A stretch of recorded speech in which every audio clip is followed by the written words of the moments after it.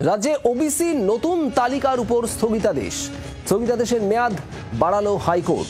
31শে August পর্যন্ত নতুন তালিকার উপর স্থগিতাদেশ জানালো বিচারপতি তপব্রত চক্রবর্তী এবং বিচারপতি রাজাশেখর মান্থার ডিভিশন বেঞ্চ। সুপ্রিম কোর্টে আগামী সপ্তাহে রাজ্যের মামলা, তাই আদালত অবমাননার শুনানিও পিছল হাইকোর্ট। 5ই আগস্ট দুপুর 2টোয় পরবর্তী শুনানি।